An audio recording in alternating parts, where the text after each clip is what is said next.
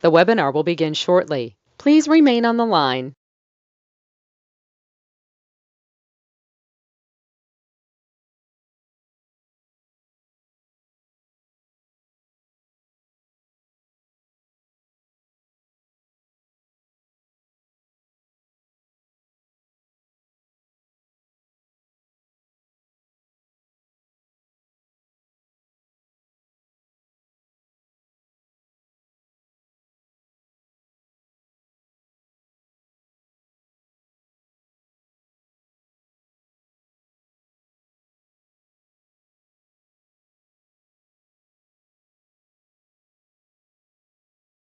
The webinar will begin shortly. Please remain on the line.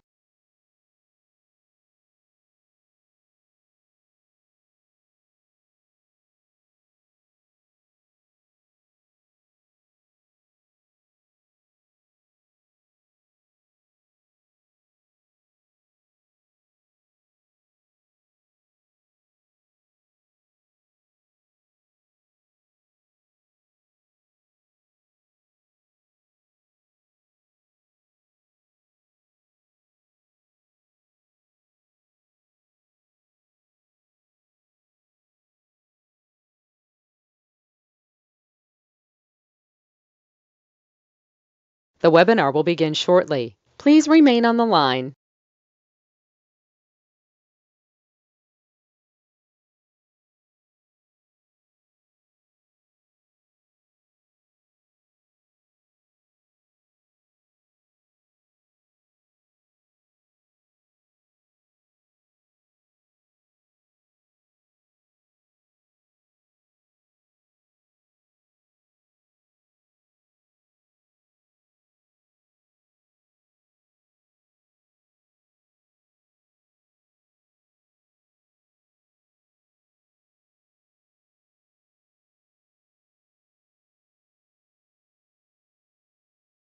The webinar will begin shortly. Please remain on the line.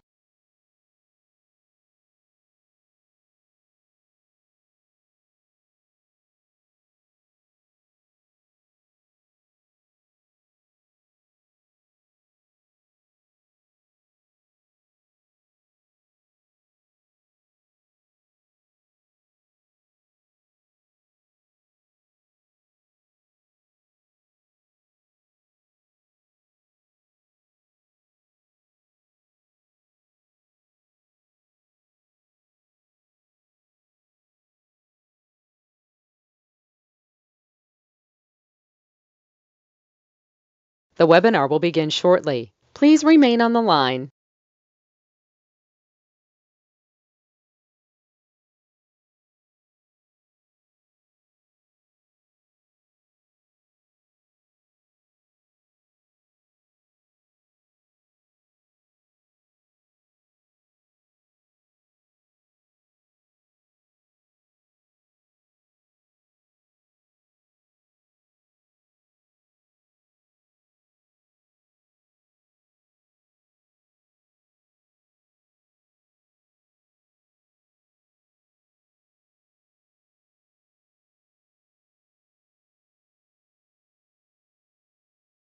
The webinar will begin shortly. Please remain on the line.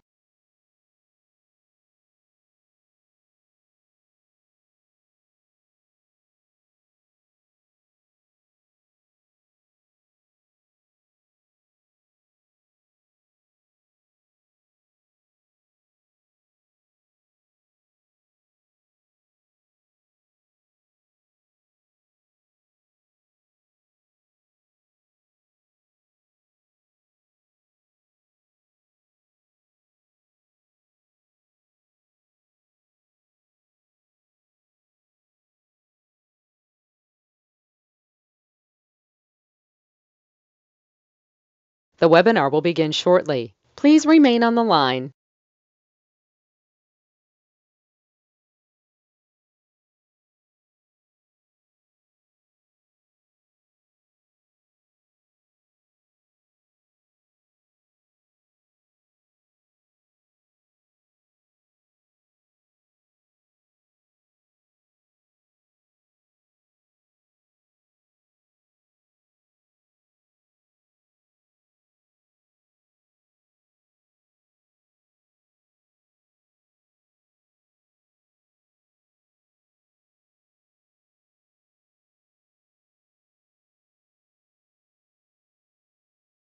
The webinar will begin shortly. Please remain on the line.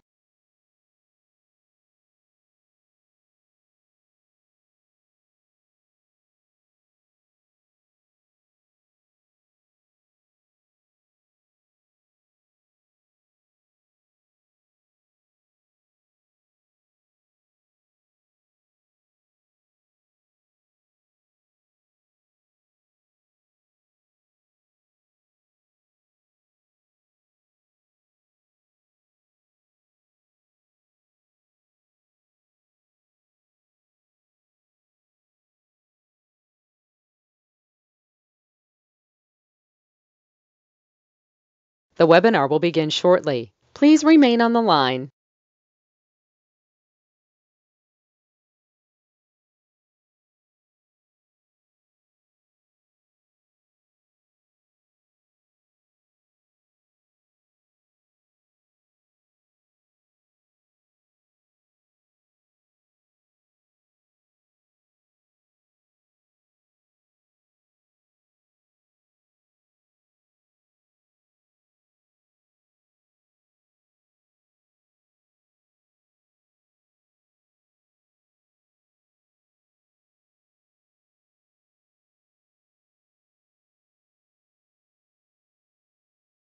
The webinar will begin shortly. Please remain on the line.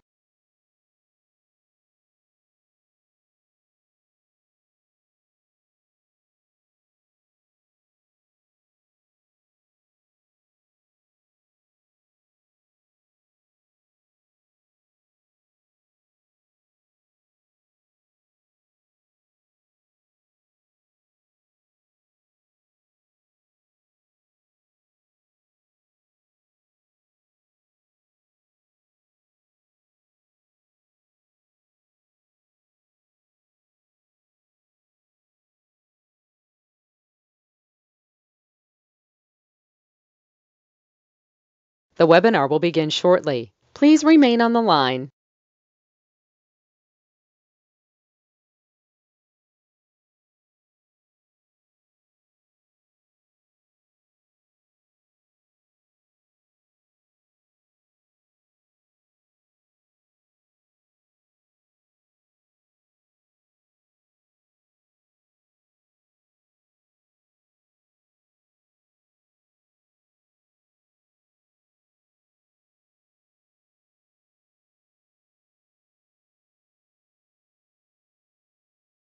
The broadcast is now starting. All attendees are in listen-only mode.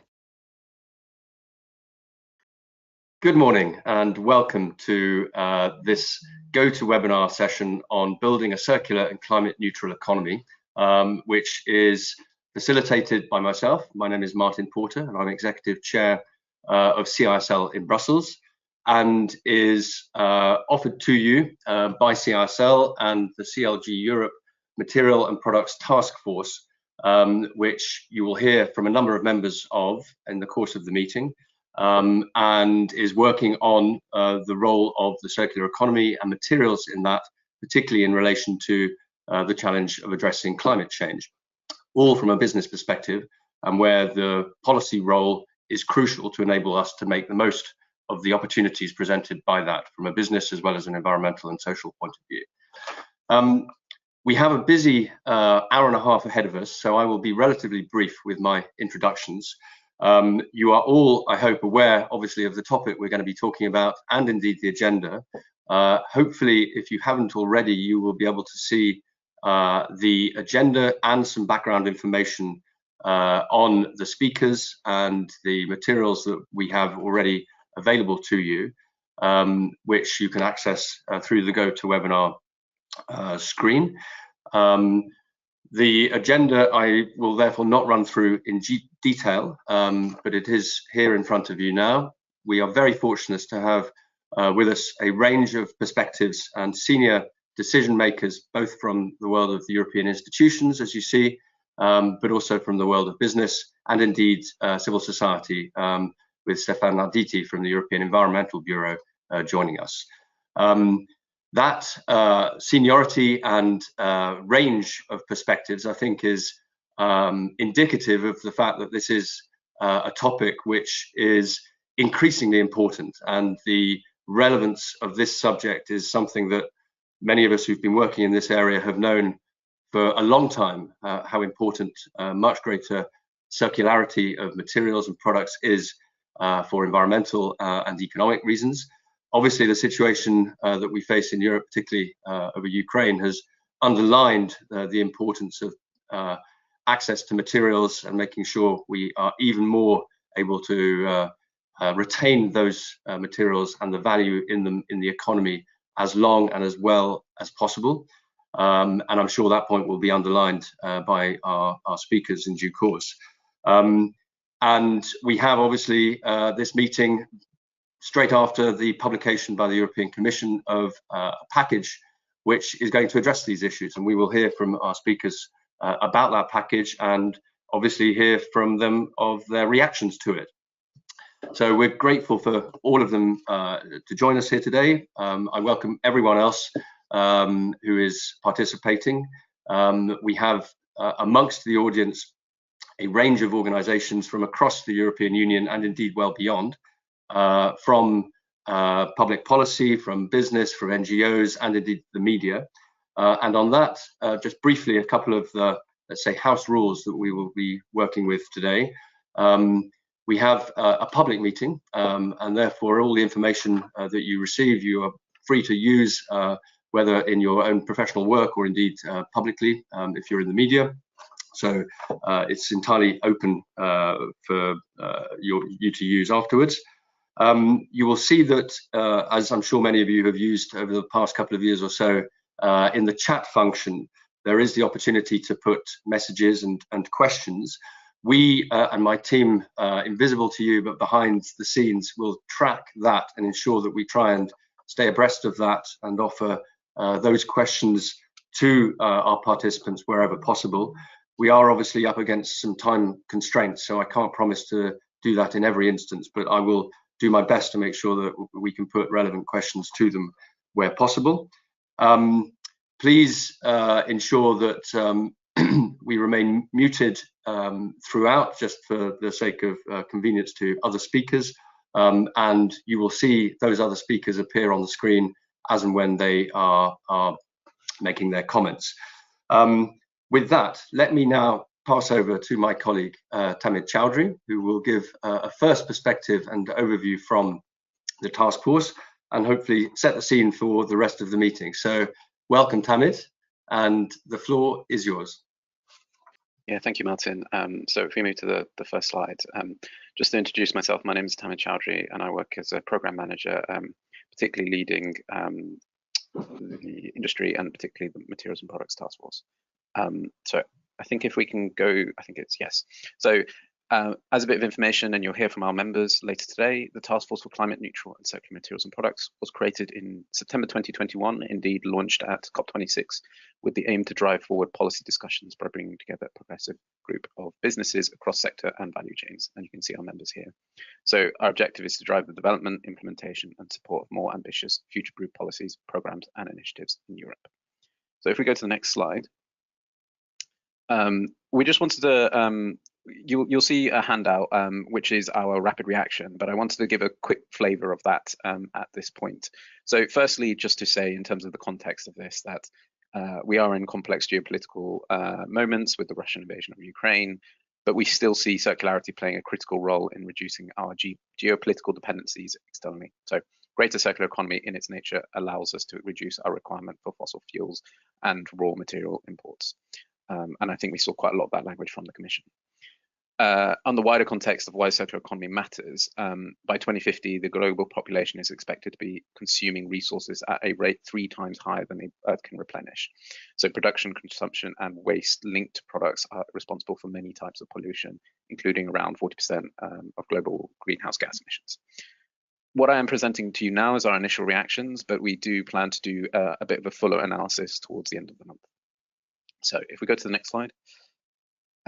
Firstly, on the what is now called the Eco-Design for Sustainable Products Regulation, we previously referred to it as the Sustainable Products Initiative.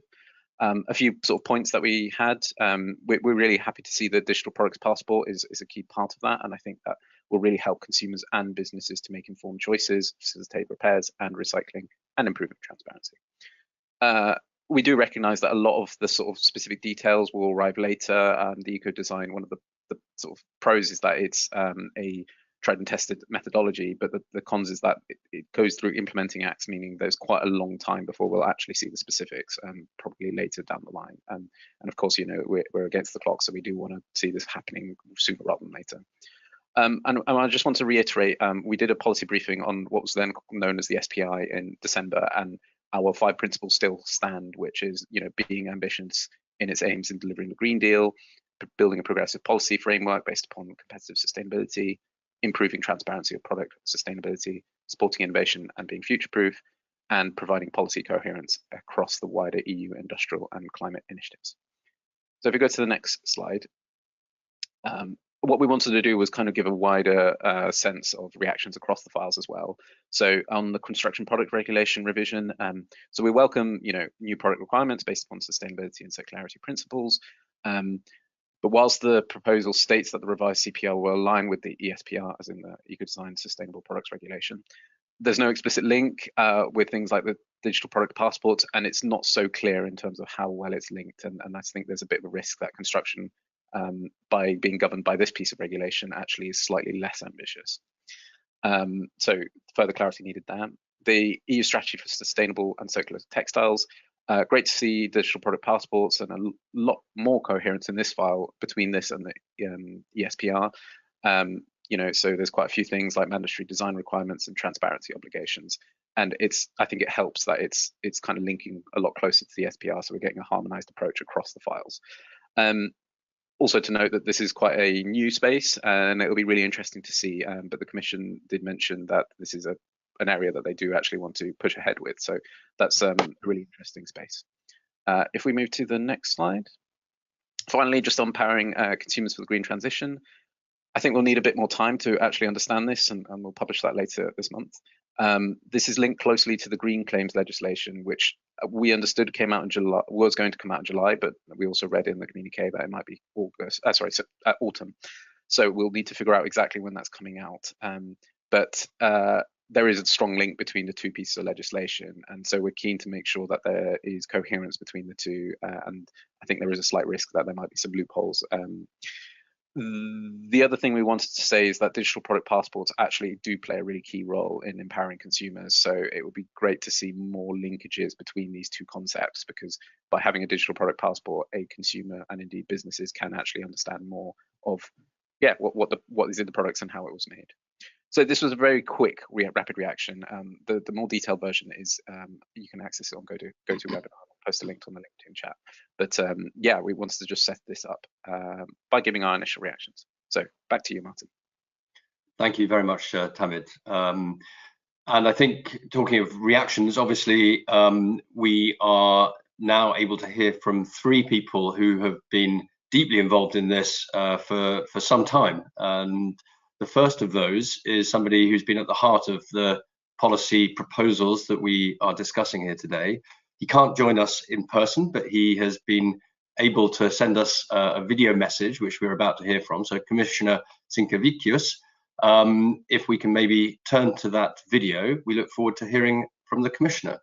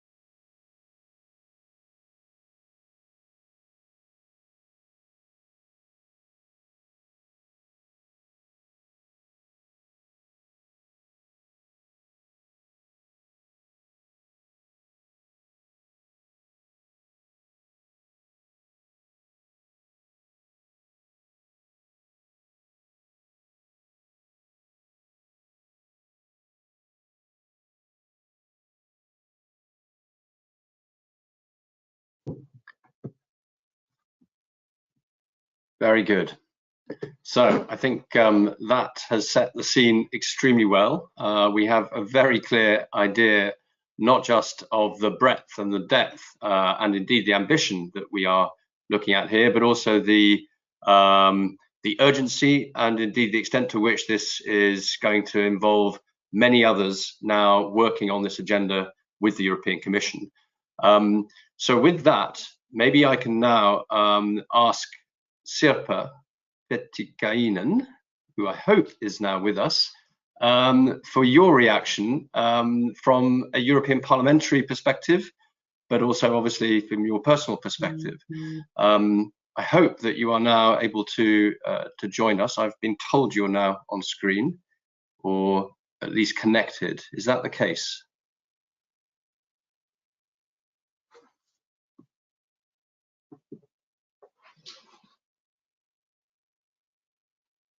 If there is a technical problem, Sirpa, I guess we'll try and fix that. And while we're waiting, maybe I could see if Christian, you are able to join. In which case, Sirpa, welcome. Great to see you. Thank you for joining. Thank you. Good to be with you. Very good. Well, we look forward to hearing from you about your reaction to what you have seen published by the Commission. And hopefully you've just heard the Commissioner's statement. We have about 10 minutes for you to give us your reaction to what you've seen published and heard, and then obviously stay with us while we discuss a bit longer. So over to you. Yes, thank you. And yes, now when I got here, I'm going to stay with you up to the end of the event. Great. First of all, it's good that this package came. It has a lot of good elements that go in the line what the Parliament has been asking for a long time to Commission to come up with. And so I would take this as general comment, and then I would like to focus on some issues that I hope that maybe Parliament could then work for further, and I hope that the NGO community and businesses could be supportive. Firstly, and this was an issue already in the first circular economy report and the second one in Parliament also, to be frank, is that this package does not entail the targets and indicators for overall sustainability of the markets and goods. And while we all know that roughly within 30 years this is an exercise of a tenfold, what I'm afraid is that then we would underachieve, and we would make investments that are the second best, that actually might be in some cases even worse investments, if you know what I mean, because then when you are heading to north, when you should be going to south in train, if you just hop off in the first stop and go to west, actually doesn't help you, even though you tell everybody, okay, I'm not as north, that was the end station of the train, that this is much better that I'm here in Vaasa. And this is something that I'm pushing for, and I hope that the majority of the Parliament to be one of the Parliament's reactions, that when we would have binding targets, indicators, and that should be followed EU-wide plus in member state level, plus then to take into account the indirect consumption and footprint, and of course that is the imports. A complicated issue, but sooner or later we need to do that. Then a second point is that the Parliament was asking a package, and according to what I've been hearing, it is probably not going to come up as in the second circular economy package either, is a package of sustainable digitalization. And I would not need to go to bitcoins and energy consumption and electricity trash that we are having here and there, but the figures how fast this is accelerating the amounts in the future are really staggering. And now almost the bitcoins are already exceeding the normal car traffic. So this is definitely something we should put our head on. Then the third in general level, and this is positive, is this product pass initiative, because that really facilitates both the consumers, but also repairers, recyclers, the industries to identify their own product and own materials and to trace down what can be used to what. It is still a bit unclear in which form this is going to be made. Then about the Eco Design Directive, this is very good and long-awaited reform. But what the Parliament would have hoped, and personally myself very strongly, is that it would have been a full revision in a way that you do not have so many product categories, but that would be this kind of a general comply or explain model, where if you put products in the EU markets, you would need to be able to prove that they are as durable as possible, repairable, and so on. The principles are there already, and that actually it would be in eco design to ban artificially make a product stay alive shorter than what is technically possible. And this is actually then hopefully coming on the consumer package later on. And in the eco design, the extension to packing and to all product categories is the issue that I would like to see there. Textiles is pretty good. Now it is up to very much on the implementing acts. We will see how effective this gets to, and whether we have the power with implementing acts really go after the fast fashion and to claim that these are artificially modified products to not to be durable enough. And with the textiles, the LCA is probably not as clear as it should. And we should look, as we all know, the textiles long production chains, and that the textiles is produced only 4% of the consumption in EU area. So this would need to be effective on the whole long haul production chains. Then buildings, this is politically quite understandable that the Commission is not bringing a new directive, but it's going to be very problematic. The Parliament called that we would need to have a new directive of sustainable buildings, putting together not only the materials, but the actually energy efficiency of the buildings, the air quality, internal air quality, the recyclability, the eco-design principles, the fire safety that is not nowadays combating quite often with other demands, and that you would then look the construction and building as one entity. And now what I'm a bit fearing is that it's easily targeting a bit silo manner on certain materials. Good that it does that, but then it can't sort of support or enable a bigger innovation in construction industry. I'll just pick up as the cement as an example.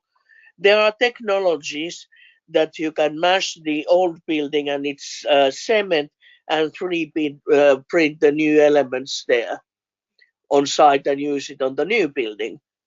But nowadays there are other regulations that prevent that. For example, fire safety and durability and this and that.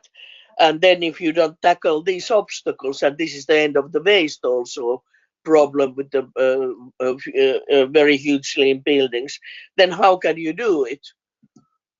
And you would actually then need to fix quite an array of articles in different directives. So I don't know what we can do about that, but certainly this And there again, I think that the lacking of the targets is the most crucial, knowing how big part of the energy consumption and material consumption and CO2 footprint the buildings are. So it would need to be very clear about the target to be with let's say 1/3 of the material and energy consumption of an existing building stock in 2050. Well, a lot of other points, but I hope that I hear from your comments and we can discuss them later on together. Thank you. Absolutely, thank you. No, that was a great overview, and you raised a number of issues that I'm sure we will come back to in the subsequent phases of the discussion. So thank you very much. Great that you're staying with us, and I will now therefore also invite Christian Juhl Larsen to join us from the Danish Ministry for Environment. Christian, welcome. Nice to have you with us. We've spoken briefly before, so you know what we're aiming to achieve. We're looking forward to having your initial reaction, obviously on an enormous set of issues, but 10 minutes or so to give us your first perspectives on that. So over to you. Thank you very much, and good morning to everyone from I might say quite chilly morning in Copenhagen. Spring was here just a week ago, and now it's winter again, and I've been wearing my super warm gloves on my bike this morning. And as we've already heard from the previous honorable speakers, textiles is definitely one of the product groups that's been on everyone's lips in Denmark for the last couple of days, or maybe not everyone's, but everyone within the circular economy family at least. So let me start by thanking you for inviting me. This is a really great opportunity for me to share our first thoughts. On that, I need to just bring to you a small disclaimer.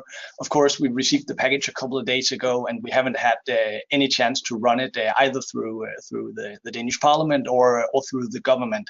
So what you get from me today is my team's first reading of the package, and of course also standing on the shoulders of a non-paper from the Danish government from the spring of 2021, so basically a year ago.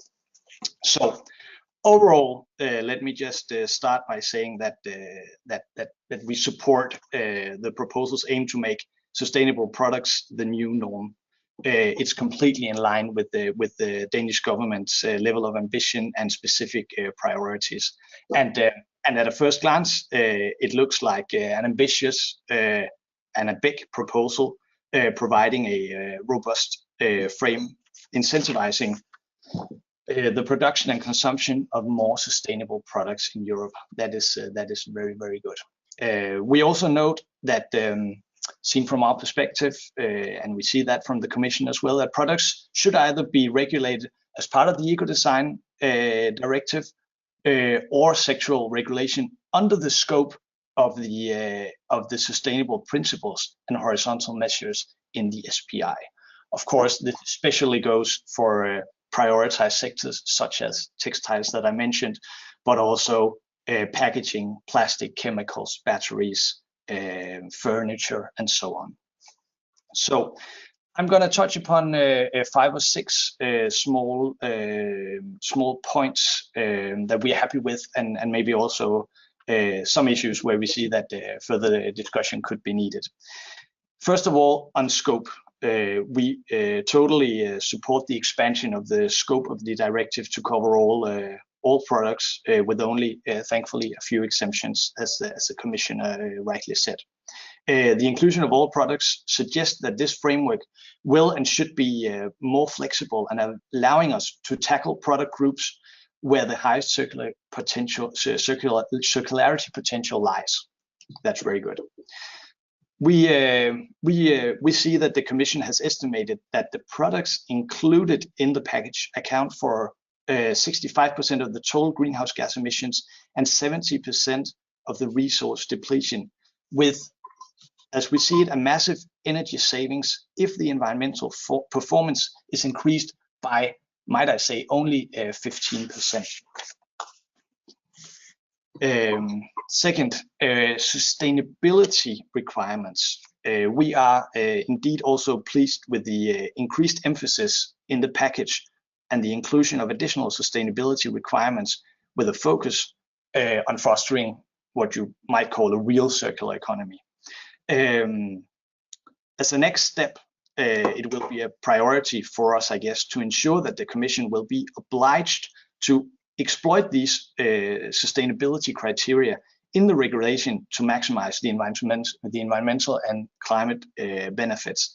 And I say this because you probably, some of you probably know that in the existing directive, there's actually also included a range of criteria, but these have not been, as we see it, fully applied, leading to a loss of potential even in the existing directive.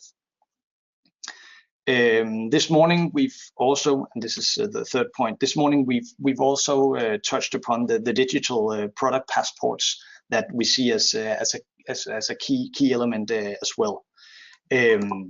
We are greatly interested in the introduction of the digital product passport. It has been awaited, and we believe that it will play a crucial role in this green transition as well. We think, or the way we see it, the passport should be able to carry the most relevant information, such as content of hazardous chemicals, durability, reuse, repair, end-of-life handling, etc. And it will be important for Denmark, I think, to ensure that the passports fulfill their purpose, promoting sustainable purchase decisions, improve enforcement, and of course be feasible to handle for companies. And the last point is crucial. So the passport should also seek the possible existing synergies to avoid unnecessary burdens. My fourth point is on the preventing of a destruction of unsold goods. That's also been on many lips the last couple of days.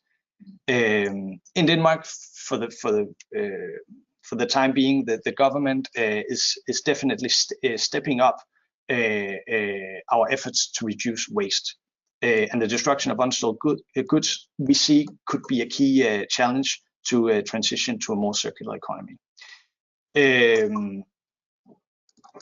We have therefore, I'd say with great interest, taken note of the Commission's inclusion of a measure to prevent the destruction of unsold goods. However,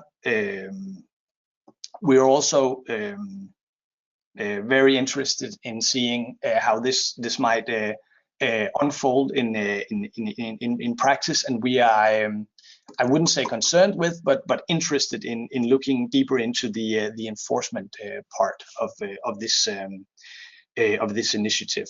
And speaking of enforcement, the Commission has noted that more than 10% of the potential savings are currently not achieved due to lack of implementation. And with the expansion of the radical expansion of the scope and the requirements, we therefore predict that additional resources could be needed to ensure proper enforcement. On the other hand, it will also be important to find synergies to keep potential new costs as low as possible. Also, with regards to the companies involved. For example, it should be possible for competent authorities to easily access the necessary information in the digital product passports to verify a product's compliance with requirements. At least that's what we're hoping for. And then lastly, a couple of points where we see further work could be needed. So this is early days for the package. It's a couple of days old, and I'd say when we look at the package, and where we see further work could be done, it mainly reflects, I'd say, the Danish desire to ensure that we have an efficient regulation that promotes real sustainability and, as I said, avoids unnecessary administrative burdens for companies and of course for member states as well. So just to be clear, of course, we support the introduction of a general framework that regulates product sustainability, and we see it as a possible safety net that can step in the cases where existing regulations does not consider sustainability sufficiently. Needless to say, any supplementing measures introduced under the eco-design regulation should be manageable for companies and not unnecessarily increase any burdens, as I just said. New requirements in the proposal for a revision of the construction product regulation or upcoming revision of, for example, packaging and packaging waste directive should contain a similar level of ambition as the product group specific requirements in the SPI. That was one of my first remarks as well. We will set eyes on this specifically. And moreover, as also mentioned by one of the previous speakers, we see a close synergy between the Green Claims Initiative, of course, and the requirements under the SPI. So overall, we remain committed to protecting both human health, the environment, and making sure that substances will not prevent recycling. And as I said at the beginning, the handling of hazardous chemicals is going to be crucial here as well. So two last remarks. Yep. As you can hear, I'm very much into keeping the ambition in this very ambitious proposal from the Commission. We believe that the proposal appears to provide a good starting point, but it will also very much depend on the secondary legislation.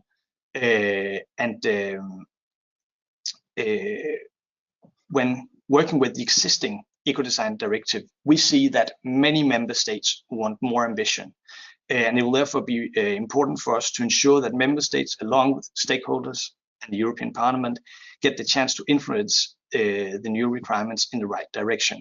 And similarly, it will be important to continuously review these to maximize the benefits as more sustainable technologies and opportunities arise.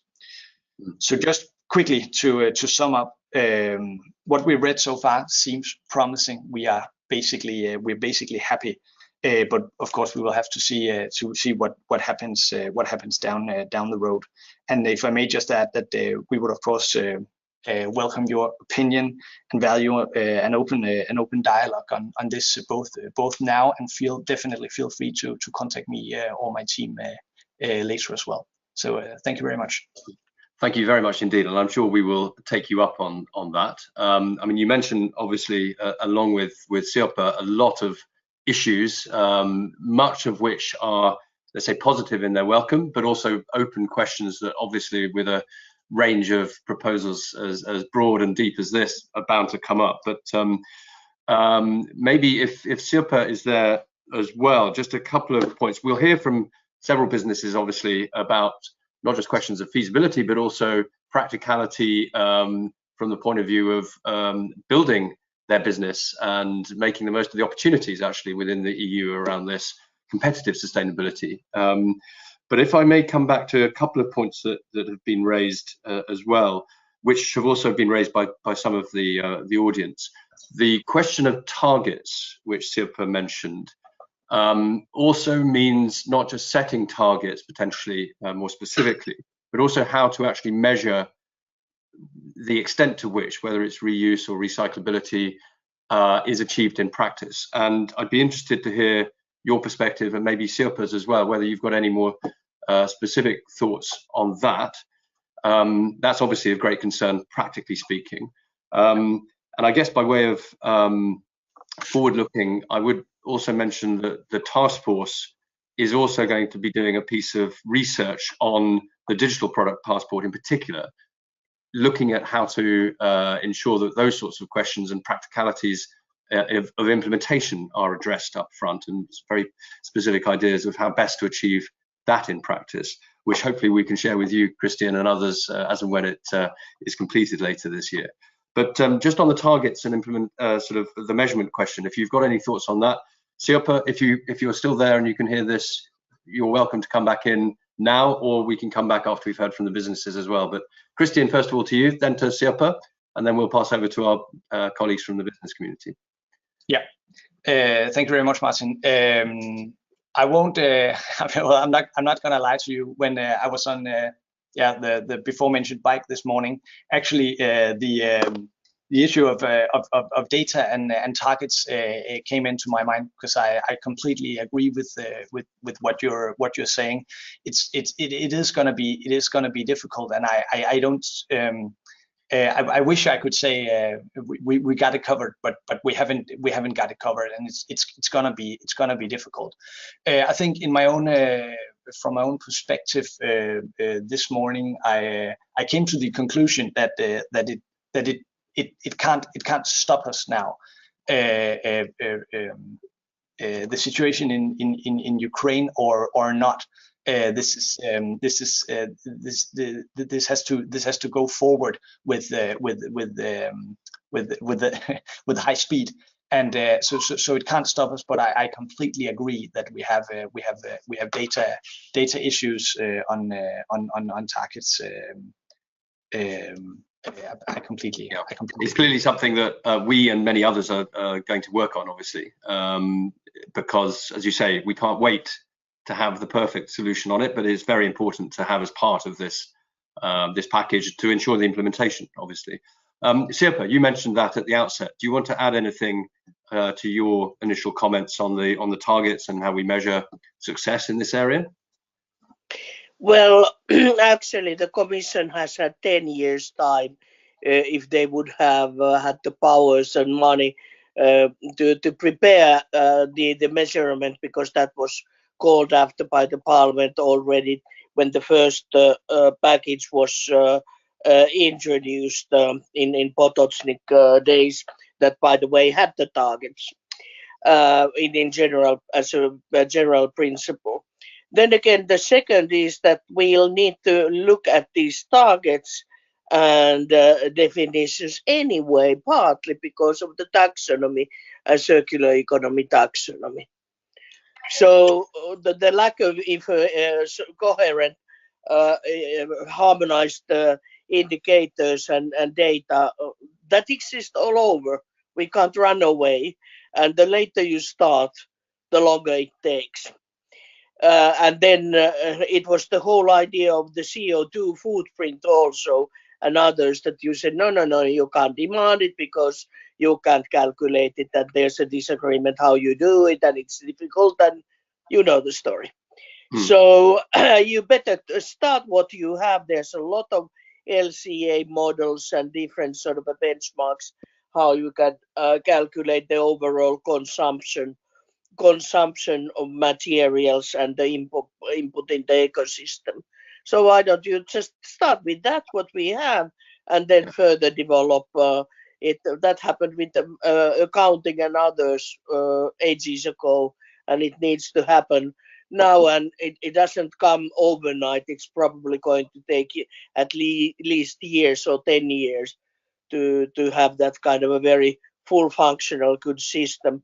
But if you wait 10 years to start the work because you don't have the data, we won't be having it after 10 years either.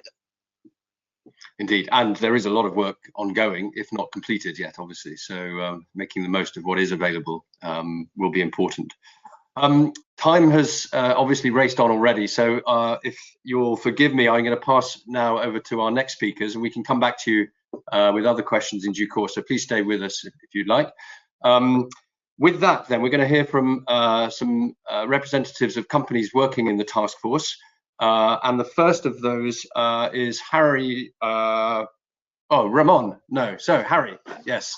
Harry Ferhar from Signify. Welcome. You're somebody who may well be familiar to many of those listening to us today. So great to have you with us, Harry. And over to you. Look forward to hearing what you've got to say, as ever.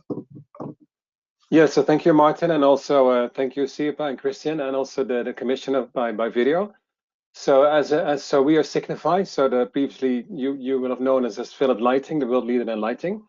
So we welcome the circular economy package as an important step forward to a circular society, where we see that we can achieve a triple win. So economic and environmental benefits that actually, the logic fits in a nutshell, provide better social benefits for people, which in the end is where it matters most.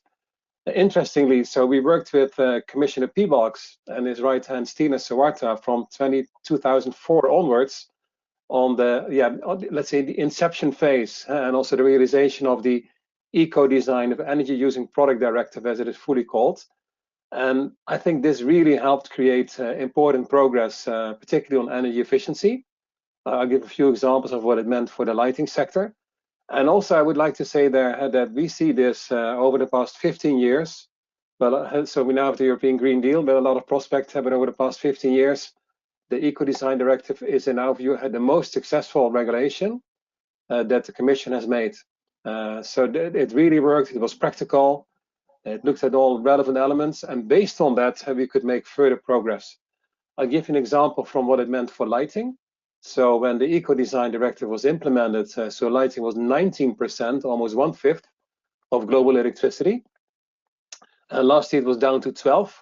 And we foresee that with further progress, it will be down to 8% of global electricity in 2030. While at the same time, due to population growth and urbanization and consumption, let's say, and prosperity growth, there will be 1/3 more use of lighting. So you see there's a real decoupling between consumption and resource, let's say, between the service and between resource use. And at the same time, those products have become better. They provide a better quality of service, leading to more productivity, more safety, more well-being. So in that sense, it's also an innovation story. So now, it's highly relevant that the circular economy package broadens this to all resources and all types of products. And there's one element that has not been mentioned, but it might be on your mind, but that I would like to explicitly mention, and that is that this also should address the installed base. So one example for the lighting sector is that in 2004, 2005, all lighting was conventional. 2/3 of our sales volume was incandescent light bulbs, can you imagine? And today, 84% of our business is LED. But then at the same time, we see that in Europe, but also addressing this through the European Green Deal and the recovery programs per country, that 2/3, so 2/3 of all installed lighting in public offices and street lighting, in company offices, in schools, is still conventional. And if that would be changed, and the circular economy package can help with that, that would mean an additional 40 billion euro savings per year. And also noting there, as a little sidestep, that 1/4 of the gas that Europe uses is used for electricity production. So also there you see that potential improvement is possible. And this is even more, so I mentioned install base, so taking that more broadly, we see that the green and circular transition requires a massive replacement of install base. So almost all appliances, let's say all cars and buses, all energy infrastructure needs to be replaced by clean, circular, modular, upgradable, repairable solutions. So so what it means is that we need also to see how can the circular economy package be implemented with a higher speed of the evolutionary progress that we now see happening on, let's say, on innovation and on uptake.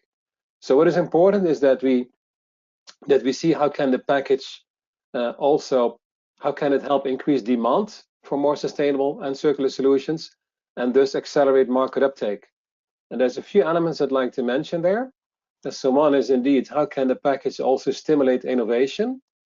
And also it means that if market uptake is improved, that rewards innovation and the speed of innovation. We ourselves have become carbon neutral in 2020. We have zero waste to landfill. This year we implemented zero plastics in consumable packaging. And we all do that for the right reasons, but also we find that creating less waste and making better products is good business for us, but it's also good business for our customers. So then, modular products are upgradable, repairable. They also allow service-based business models, which means that during a life cycle, you can actually upgrade, also in software, but then particularly also in hardware, existing installations. So normally, decisions are made at the end of technical lifetime of any product that we use. Think about it. If the light no longer burns or the car no longer runs, and then we replace it, but then already for a long time it has not been economical.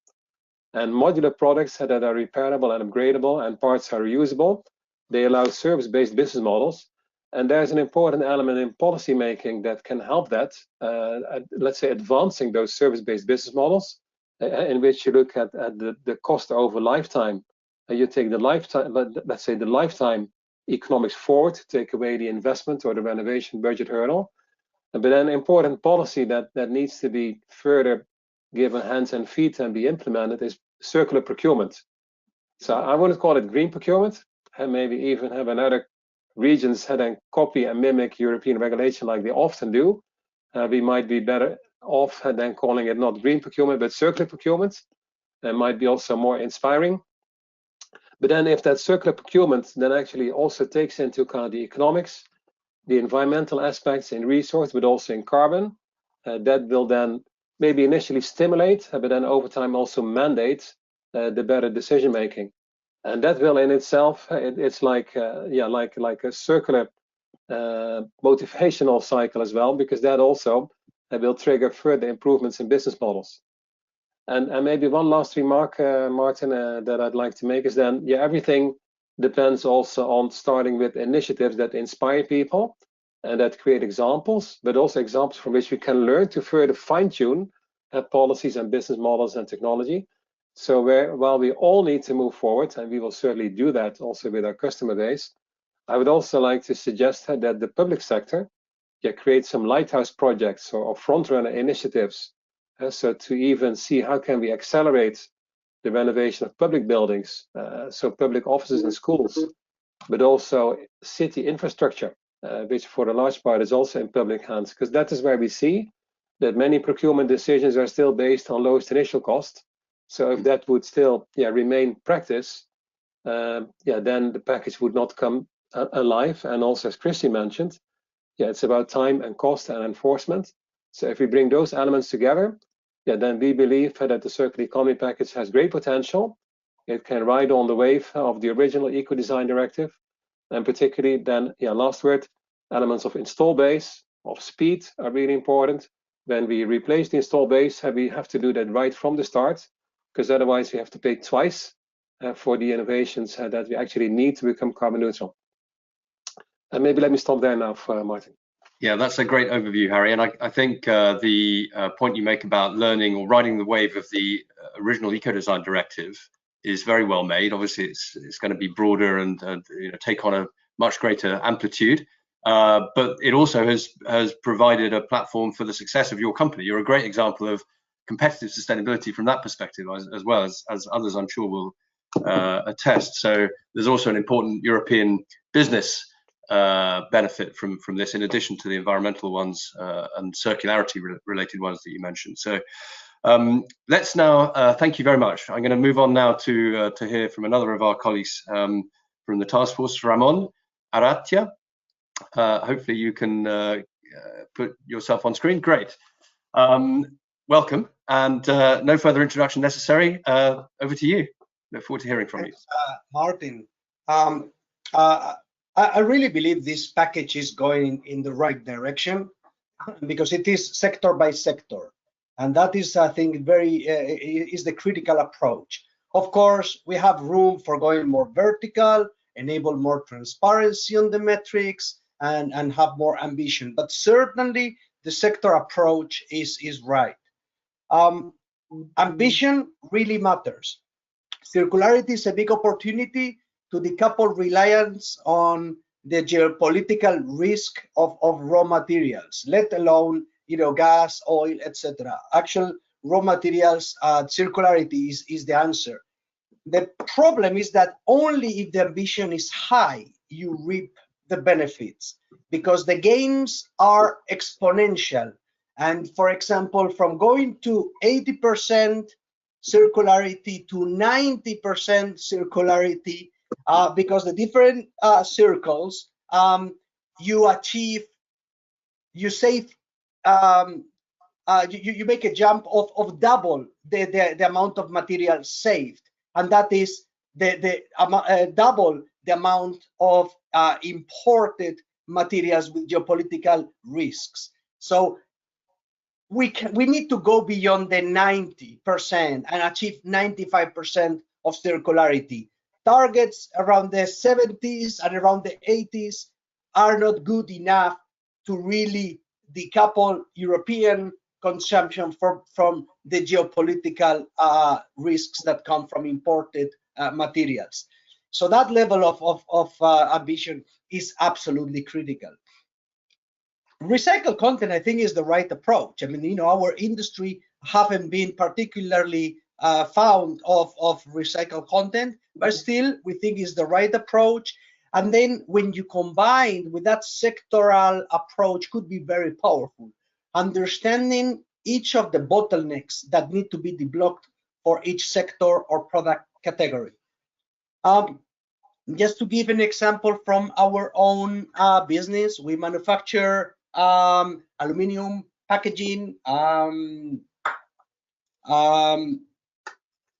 The average aluminum produced in Europe could be around 5-7 kilograms of CO2 per kilogram of material.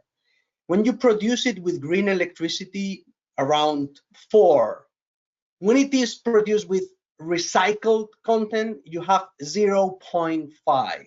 So the level and the power of circularity for raw materials, not only metals but others, is fantastic. Yet we know that this circular economy is a very powerful lever. Yet when we are thinking climate policy, circularity levers are often forgotten. So we have a decoupling. At once we are regulating, circular economy on one side, but when it comes to climate policy, circularity is not really embedded and integrated.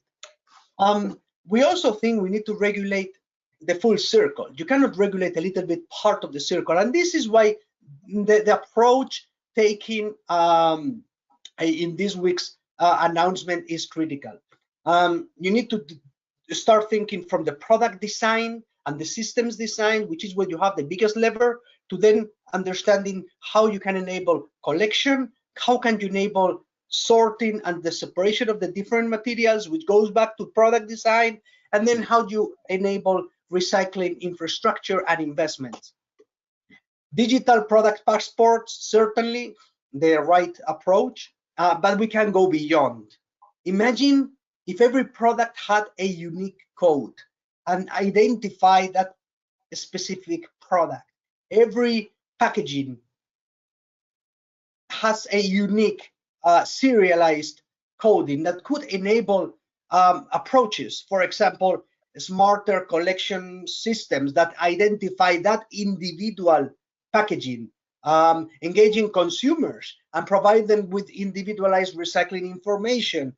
And that it really relates to the empowering consumers, but also providing companies with valuable recycling performance. So we're really doing a lot of research around this idea of serialized coding that goes well beyond the digital product passport. And I think we can enable a much faster chain. Obviously, empowering consumers, certainly the right thing. The greenwash ban, very much needed, with the obligation to inform on repairability and durability. But transparency across the full circular chain is needed. You cannot empower consumers if you don't oblige to have transparency on all metrics across the circular chain, like collection rates, but real recycling rates, but recycled content, looking at how in the circular value chain the material losses occur. This needs to be transparent and reported by every sector. We think that every single product should have that pathway, not only for net zero, but also for circular and low virgin material use, especially for materials imported with geopolitical risks. In this package, it doesn't accelerate the circularity of our product because we're in the packaging, and packaging has been already addressed by the product and by the Packaging and Packaging Waste Directive and the Waste Framework Directive, and actually the actual main driver for the circularity of aluminum cans hasn't been in those directives, has been in the single-use plastic, where it pushed for 90% collection of bottles. So that shows you the sort of patches that we have been creating in the packaging sector, and that new way of integrated sectorial approach of recent times, you know, is very much needed. We wished we had that vision, you know, a few years ago for the packaging sector. The other thing is keeping the product to product loop is key. There is no point to recycle plastics into park benches. You know how many park benches Europe needs. Keeping the quality through recycling standards and allowing to maintain that quality product to product and conserving those products into loops are really critical. We do have a goal of reaching 90% recycling rate for aluminum cans globally, and achieving 85% recycled content by 2030. We really believe in Europe we can go beyond those targets, and I think there is ways in where we can strengthen the current policies on the packaging side to even go further. Great, thank you very much indeed. Very striking what you said, particularly about how higher ambition leads to exponential benefits that you mentioned right at the start there. But many thanks indeed, and I will now pass over to Jostein, who is from Norsk Hydro, and I welcome you again, Jostein. Good to see you. Same brief. The floor is yours. Look forward to hearing from you. Thank you very much, Martin, and thank you for this opportunity to come here and speak. Just a brief introduction about myself, working in Hydro, one of the main global aluminium companies with a value chain all across the world, and myself responsible for climate and circular economy. So happy to comment on the circular economy package. Of course, the fact that it's just a few days since it came, it's difficult to comment on the details. But in general, we are very much positive, very positive to this. This is and the ambitions and the setup is really in line with the trends or the needs that we see in our industry, and it responds quite well to the needs that are already highlighted by let's say the leading industry players and customers. You know, there is a huge desire out there to increase circularity. The leading companies see the need to do this, and the fact that the regulators are increasing the focus and pressure on this is really supporting the transition that we need. So very positive and needed, and urgently needed, I would say, both from a EU region perspective. The current situation in Europe, of course, demonstrates that quite well, that we need to ensure that we keep our resources in the loop. But it's also a very important strategic issue for us in the aluminium sector as such.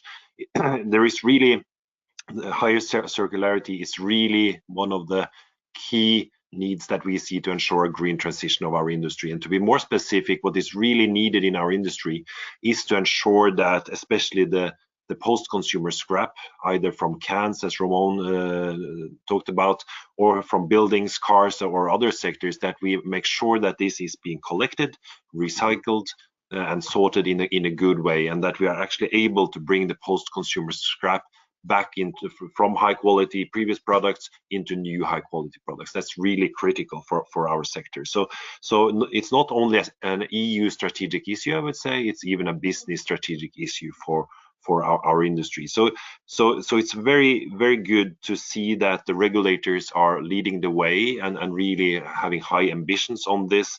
I'm also especially happy about the desire to empower consumers to make informed choices. That is something we have been working in my company for 20 years, and also within the aluminium industry, I would say we are quite leading in being transparent and helping the customers making the right choices. But however, it is important then when you talk about right choices that we have a very good discussion about, what are the right criteria, what are the right indicators, what are the right targets. And that's why this sectoral approach is very important, because from sector to sector this might differ. And I would like to highlight especially one issue where you can step the wrong way or where you really need to pay some attention, and that is really on what Ramon already talked a bit about, the recycled content as an indicator. And I, from let's say a private consumer perspective, I think products with high recycled content is a very good thing. If I buy that, I would think that I'm actually making a difference. I'm contributing to circularity. I'm driving a real green change. But what we have seen in our industry is that, and in our markets, is that there are several players,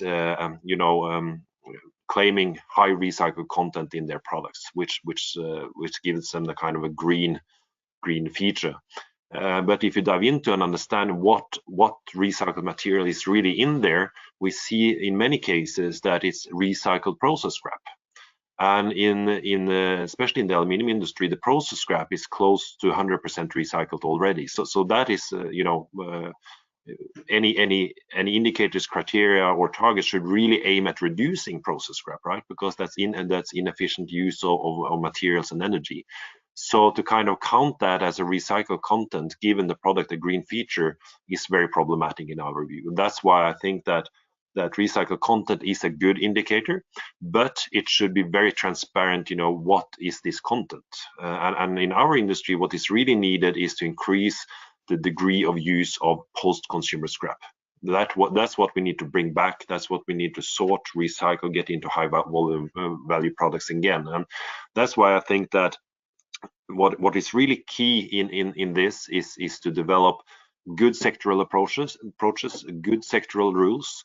But as a kind of an umbrella to it all, is really about transparency. We want to inform and educate and empower consumers to make the right choices, and transparency is a key to that. So, of course, the digital product passport would be a way to do that.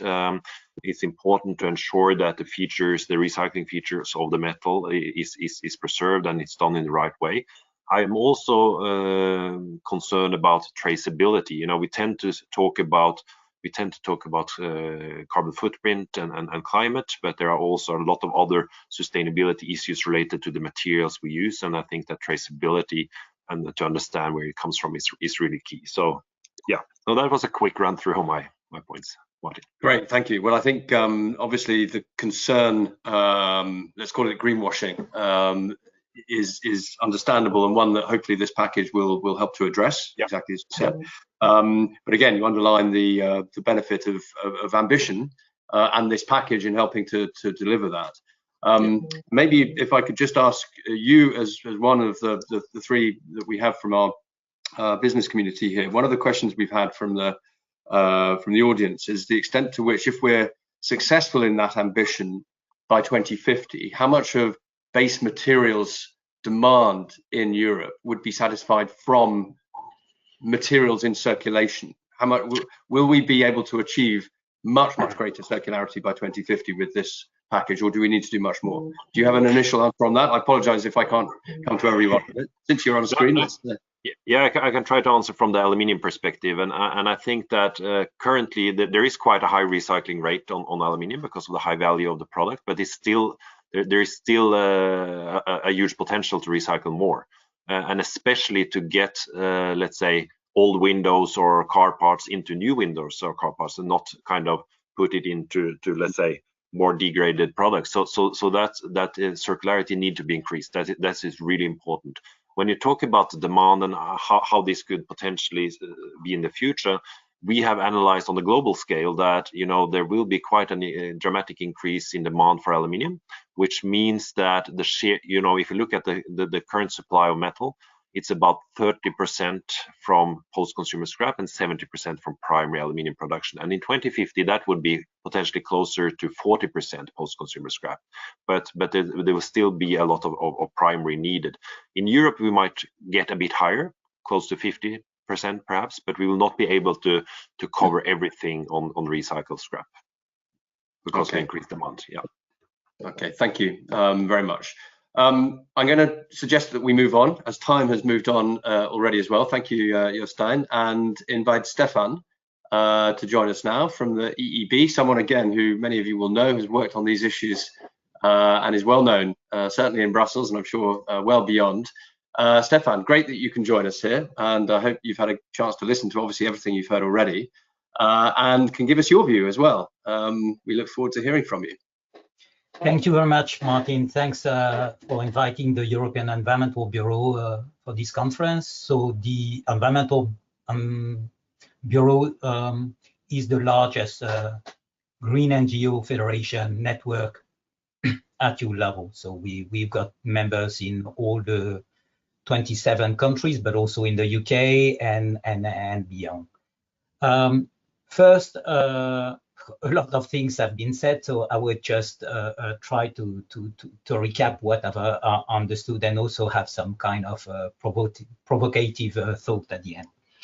First, I think it's important to recognize that this is a good package. I mean, and that has the potential to be a game changer, because if we really change the way we design, we use, we repair, we extend the life, and we recycle the product, we have really a potential to change the economy and also to create clear legal market driver for a decarbonized, depolluted circular economy. I think this is absolutely important that all the people in this room understand that by addressing product, we also create future market for a sustainable industry. And without this, I mean, it's going to be challenging for the industry to accelerate its own transition. So that's why it's so crucial.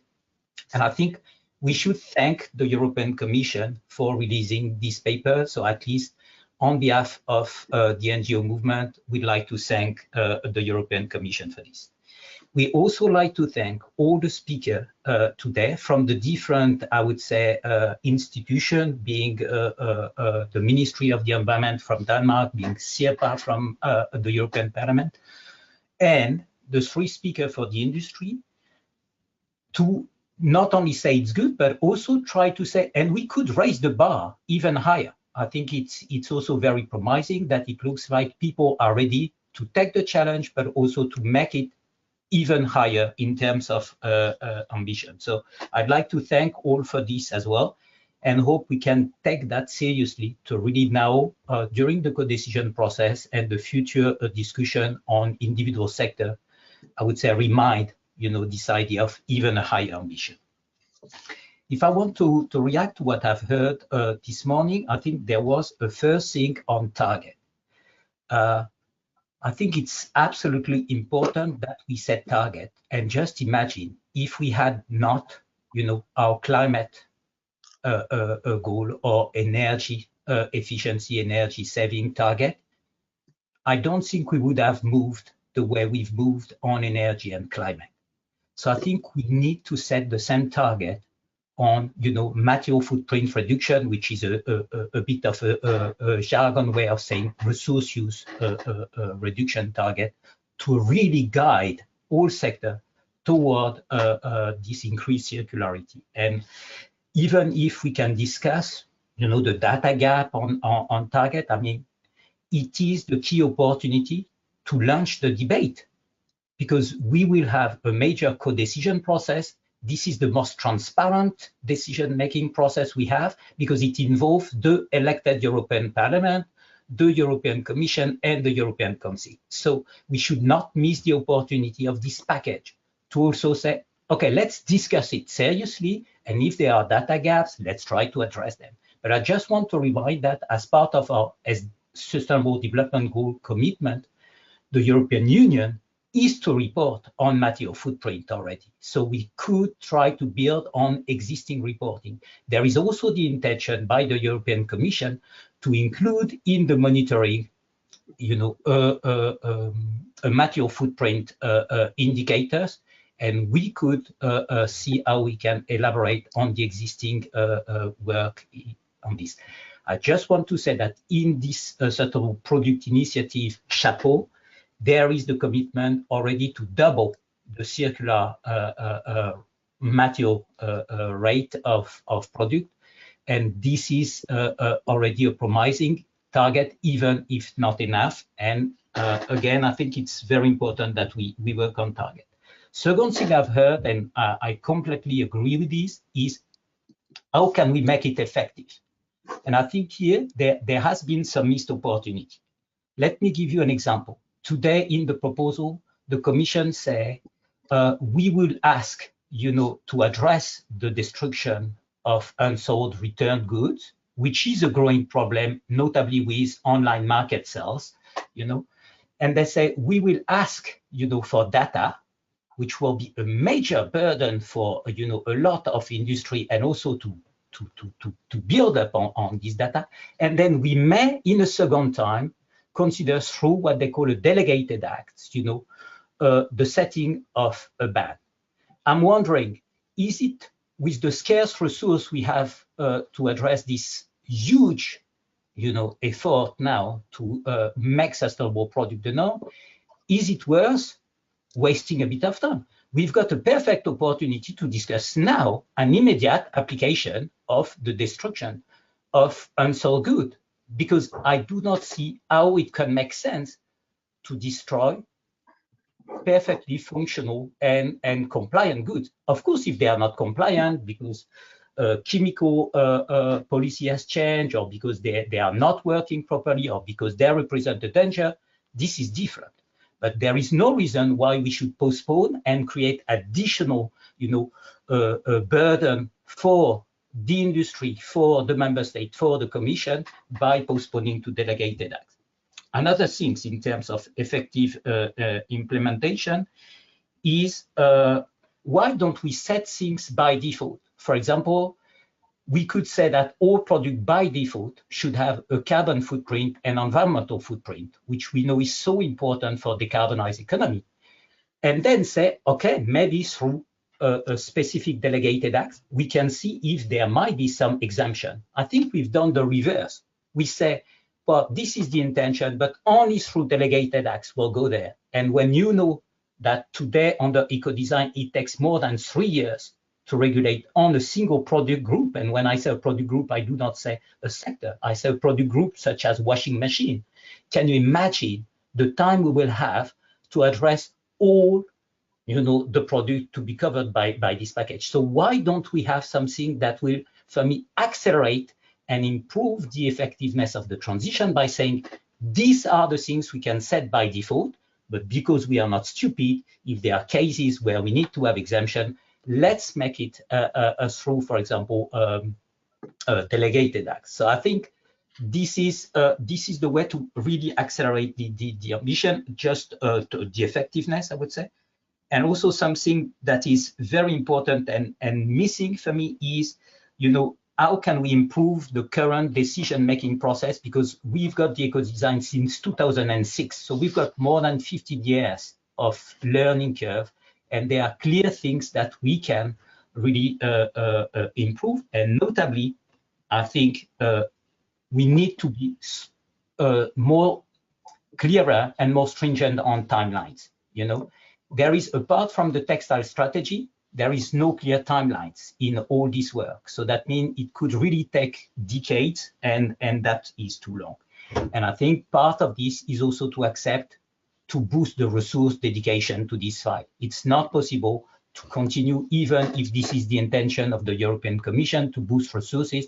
I'm sorry, I'm going to be extremely provocative, but I don't understand why we do not substitute some of the resources which are now allocated to new, gas infrastructure that may not be the priority for Europe, compared to reducing our dependency increasing our resilience through product policies. So I'm making this very provocative statement. Take some people that work on something that is completely obsolete and put them where we need efforts to be done. Third thing I'd like to reflect on, which I've heard today, maybe a bit less, is this transparency on value chain. You know, this comes several times, and we've got in the proposal this idea of covering the environmental footprint that is along the whole life cycle. But according to me and to the NGO community, there is something missing. It is the link with due diligence. If you see in the battery regulation, which is now proposed, we've got something on due diligence. And now in this package, the Commission has said, no, due diligence and social aspect will not be covered because they will be covered through the corporate sustainability and due diligence file. But there is no transparency such as the one that can be, I would say, enabled through the digital product passport in the corporate sustainability and due diligence. So why don't we reflect what we have initiated in the battery regulation and say per sector have the due diligence? I know this can create some burden, so we don't have to rush for it, but at least we could create the visibility. Some industry will probably differentiate themselves, try to progress in that direction, and then we can say then by 2030, it should be a mandatory requirement to have this also communicated through the digital product passport. So I think this here, we've got a missed opportunity, and I just remind for those working on product policy, when the eco-design has been set, 2006, it was a very narrow focus on energy using product and only energy use. And as the Ministry of Environment of Denmark reminded, in the directive, we could already cover other aspects, but they were neglected. Okay. So now it seems that we are ready to address the circularity aspect, the sum of the substance of concern. Why don't we open also the visibility for social and due diligence aspects, which are also super important for our EU industry to compete, I would say, on a fair basis with the rest of the world. And finally, I'd like to make a point which I think tend to be neglected, at least by the people today, because maybe we don't think enough about this, is we should make sure that online market sales are the same liability and the same responsibility as the other producer. Because today, unfortunately, we see that through this big marketplace, we introduce on the market, some product which may not be compliant. And even if there are good provision in the text to say that they should help market surveillance authority, we know that market surveillance may not be equipped enough. So why don't we ask exactly the same regime as, for example, exists already in certain countries like France, where your market online sellers, you should be liable and responsible for the product you offer. And it's your own business to say to your own kind of partner with whom you work, to say, guys, you need to respect the minimum legal requirement, or we will have to pay the price, and we don't want to pay the price. But as long as you do not have the same pressure for compliance on online market sales as for brick and mortar shop and other producers, you create also a distortion of competition. And because online sales are growing, it's going to be a nightmare. So to conclude, just be all courageous. For public authority, let's make this package happen and make it even happening at higher speed and set the target. For industry, and here I'm quite provocative to Bar and Hydro North, accept also to reduce the volume. There is no way we can be more independent if we do not reduce the volume. So how can we move the aluminum packaging towards reusable can instead of disposable and recyclable can only? And to my own community, I say, let's also be courageous, accept to have enough empathy with the business, accept to also try to change, the consumption patterns of the citizen so that they would kind of answer the proposal for a new business model that the industry can propose. Thank you very much. Great, thank you very much indeed. And I think all those points are well made and well heard. And I'm sure we will keep trying to have discussions like this, amongst other things, to try and ensure that we join the dots and the people concerned. We don't have long left. I just want to check in the 2 or 3 minutes left, if Christian and Sirpa are still on, if each of you would like to offer just one quick reflection or comment, a minute or so each, on what you've heard, actually. Obviously it's all fresh, but I'd be very keen to know any reactions you have to what you've just heard. And Christian, since you're on first chance to use to do that. So any thoughts? Thank you very much, Martin, and thank you very much to all the other speakers. As I've said a couple of times now, this is early days, and it's a new thing for us. Although we've been waiting as if it was for Christmas Eve for the last couple of years to actually receive this package. I think my reflections will be that this is definitely gonna be difficult. You posed to me the question of data and targets early on, Martin. That's just one issue. I expect that it's gonna be difficult readings, difficult negotiations for the coming year or years, maybe. But I think I'll leave that for the time being, and maybe give the floor to Sirpa as well. Okay, thank you very much, Christian. Sirpa, if you are there, this is your chance to just offer a final remark or two. If not a problem. I will just try and conclude myself, because we need to finish at 11:30 CET. So assuming you're not able to rejoin us, I think you can hear us, but maybe you can't connect again. I would just like to conclude with just a couple of observations of my own. The first is, although the Commissioner isn't here to hear this, there's clearly a resounding welcome for the package overall, and a keenness to engage with it as it goes through the decision-making process, and indeed an enthusiasm to make it, if anything, more ambitious, notwithstanding the questions of practicality that have been mentioned, notably over targets, data availability, analysis, and so on and so forth. And there is clearly, I think, a degree of consensus even between businesses and indeed organizations represented by Stefan to try and collaborate on that. So I think that's a great starting point. And we certainly within the task force will do our utmost to make sure that we convey ideas and recommendations to all of you as we go forwards on this. And I'm sure I speak for all of my colleagues in CISL and CLG Europe in thanking everybody who has joined this discussion, all of our speakers and panelists who have given us an excellent initial perspective on this package.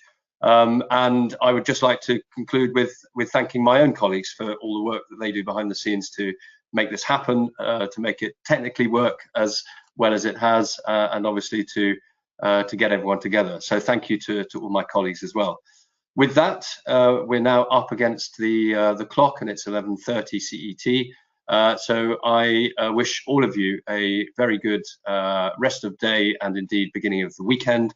And I hope we will see you at another discussion like this in the near future. This is certainly a debate and a set of issues that will keep coming around, and we will be following it closely. So thank you very much indeed to everybody. Look forward to contacting you in due course. My colleague Tamid's details are on screen, so please feel free to contact him directly as well. And with that, thank you once again. Goodbye.